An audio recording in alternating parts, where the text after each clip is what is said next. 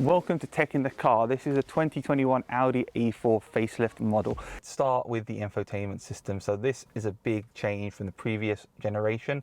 It's a 10-inch multi-touch display. The previous generation was much smaller. It didn't allow you to do as much. This system has had its software updated, so it's now got the same software as on the A6 and A7, which Audi are trying to bring that consistency across the line to all the cars. So all the new cars have the same kind of design and the same ethos to them. So it's a very simple system to use, arguably simpler than it was before, but with all the functionality. On the screen here, you can see radio, media, telephone, navigation, phone apps, Android Auto, Apple CarPlay, car settings, general settings, help, users, which allows you to create new users, messages if you have any messages, legal, weather, news, and purchases from the Audi store if there's anything that you can buy that works with your car. Then on the side here, you've got shortcuts. You've got your home shortcut, which takes you back to this screen. You've got your radio shortcut, which takes you to here. You've got your music shortcut, which will take you to your USB connected or Android Auto, Apple CarPlay devices. You've got your phone settings, which will allow you to connect to your phone through Bluetooth if you're not connected with Android Auto and Apple CarPlay. And then you've got your navigation, so you can see exactly where you are and what you're doing. So that's the options on the shortcuts at the side here. If we swipe down from the top, you can see your setup wizard. We have a quick settings to the phone settings and notifications. We've got quick settings access to your user information. We've got quick access settings to your connectivity settings up here. And then lastly, we've got the ability to mute or adjust the sound settings directly from the top here. So there's lots of options here. You see the time and the date. You can also turn the display on and off, and then tap it to turn it back on. So there's shortcuts at the top and the bottom, which let you get around the system really easily. Good thing. So let's start with radio. Radio is very easy to use. We have all the radio stations listed. We have our music settings here. You can adjust the various settings on your radio, including traffic announcements. You can adjust the quality as well, which is interesting. You can change the source to DAB or FM or AM if you want to listen to AM radio, or last stations, or indeed even searching. Radio has always been something that's very self-explanatory. And as you can hear, when I press the buttons, there is a little click. There's no haptic feedback, but you do get audible feedback. If we click onto media, this will then allow you to change between your sources. We can add an external device. This will automatically update itself if you have Android Auto or Apple CarPlay connected. If you plug in a device which isn't one of those phones, which maybe isn't supported, or maybe, I don't know, you've got an old school USB stick with music on it, then that will be able to be detected there and play through there. That's nice and simple. Again, you've got access to those settings for music. That takes you back to the main music settings for the same as radio. If we go back to the home screen, again, we've then got telephone. I can add my telephone to this. Navigation, very simple and easy to use. I tap on it, or I can use the shortcut button here, and it will take me to the map, and I can scroll around.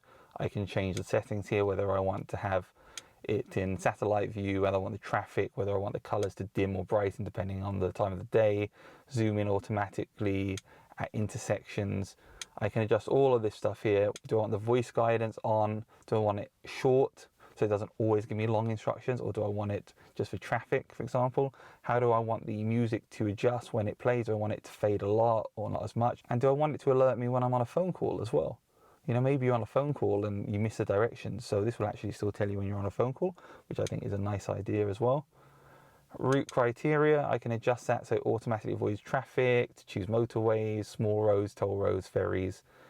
Whether it will allow restricted roads seasonally, I don't think that's much of a problem here in the UK, but in some European roads, I imagine, or international, some roads might not be available. I can turn route information on and off, nice and easy. I can also zoom in using this scroller here, or zoom out, depending on what you want. Set it to automatic. Obviously, what I can do with this is I can search for specific locations as well. So if we go back here, I can click on favorites, for example, and I can save my home address or business address, or I can search for favorites if I have favorites saved like that. I can also search for points of interest, so I can tap on the search button and it will show me the points of interest there, and I can click on Audi. So if I want to do Audi service, it will bring up my nearest Audi service centre, Eastbourne, Audi, for example. I can also do this with voice. I can also tap on the 4 squares to take me back to favorites as well. That is navigation, straightforward. Phone apps, I'll show you in a minute. Car. So car now lets me adjust the car settings. So depending on what features your car has, you can adjust it. So we've got Audi Drive Select here, and I can go between comfort, auto, dynamic, which makes it much more racy. This car doesn't have as many settings as an RS or an S model, but you can still adjust some of the settings. I can go into the individual mode as well and change the drive system from balance to dynamic, comfort. Then we have efficiency assist, which will have intelligent coasting, where it will turn off the engine if it knows where the car is going to slow down, and it will give you tips on economy to tell you how to save energy when you're driving. And then we have air conditioning. So in order for me to adjust the air conditioning, I have to turn the air conditioning on. I can adjust it underneath from the buttons, but I've got auto recirculation as an option as well. Lights and vision, exterior lighting, for example. So we have the automatic headlights. Do you want them on medium, early or late? Do we want the main beam assist, so it will lower the beam if a car is oncoming? Do you want entry exit lights, so that when you get in the car, the lights turn on and off so you can see where you're going at night time? Background lighting. So this is my favorite part of any car, the background ambient lighting. So depending on the model you get, if you get it with a multicolored lighting, I love that. So we've got impulse, which turns it to red and white. Maritime, which turns it to blue and white. Caribbean, which turns it to, I guess, green and white. Drive select, which will change with the mode you're in. And individual, which allows you to adjust the two parts of the car colors. So you've got a strip across here and around the cup holders and down the side of the center console, which is one color. And then the lights underneath the doors, like here, they are another color as well. So in individual, I can adjust that, the surfaces and contours.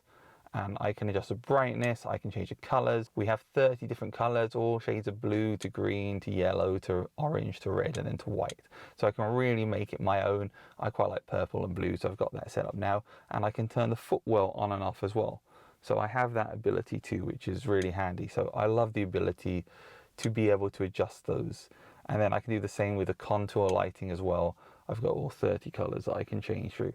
So again, I really like the ability to do that. That's a feature. Ambient lighting for me is a big plus. And I can, of course, adjust the brightness as well. Rain sensor, that will turn the windscreen wipers on and off when it rains automatically.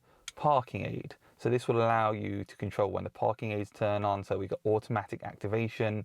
We can adjust the volume of the beeping. We can adjust what happens with the entertainment fader. Does it fade at all? Does it turn off totally? Is it still on loud? You can totally choose from that. This car has a 360 camera, which I'm going to show you in a minute, which makes it even more interesting.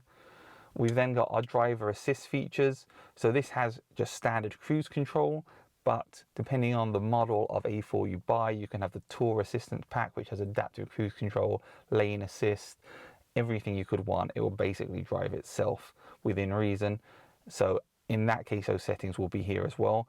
Audi Presense makes a car brake if it thinks you're going to have an accident, and the rest recommendation will tell you when you're getting tired and it thinks you should have a brake.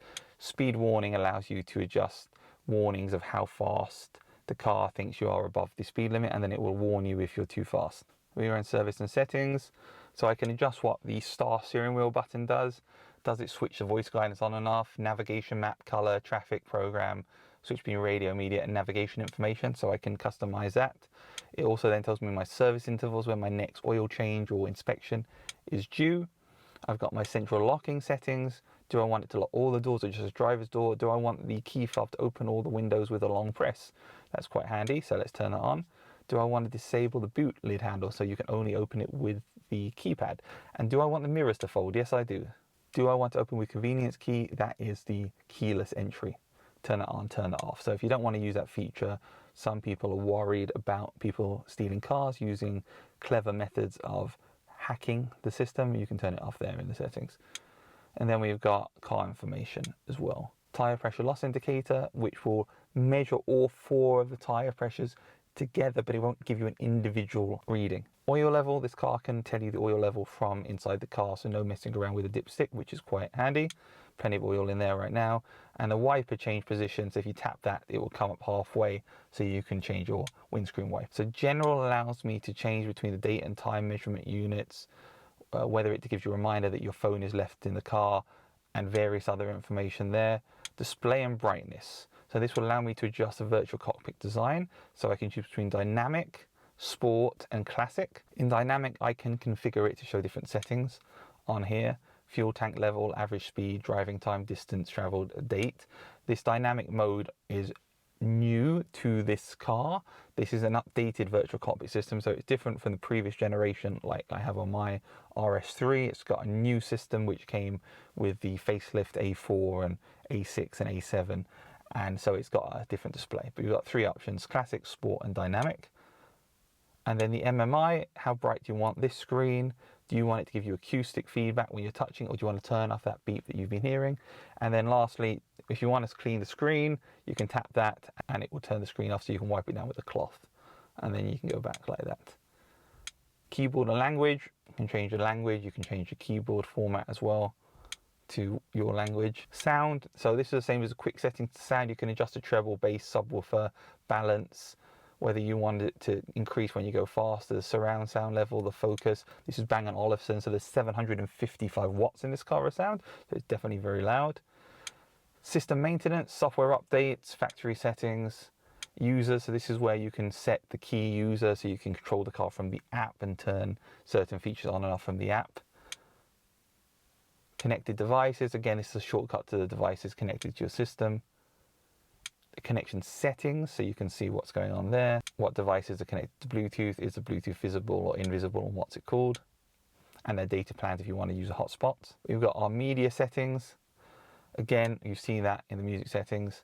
Our navigation settings, again, you can see that in the navigation. These are basically copies of what you could see in the various apps there. Contacts, that will show the order the contacts are in. Messages, that will show notifications for your messages. Privacy, that allows you to adjust your privacy level. So this is important. You can hide information like your vehicle's location if you're worried about your privacy. And then your general notifications, which come from the top here, you can turn those on and off as well. Help is the setup wizard. That pops up when you first get in the car. Users allows you to change the users, add users and adjust the settings on those. Messages, again, will show you notifications and messages. Weather will show you the weather where you are, and you can see in the next 7 days, you can see the radar. So that's quite nice as a little feature if you want to know what you think the weather's going to do, depending on where you are. News will load the news. And last but not least, purchases. So this is if you want to purchase certain functionality. This car doesn't have anything like that. If you have any questions, don't forget to leave a comment down below. And if you really want to see more of these kinds of videos, please subscribe. I'll see you in the next video. Thank you very much, everyone, and stay safe.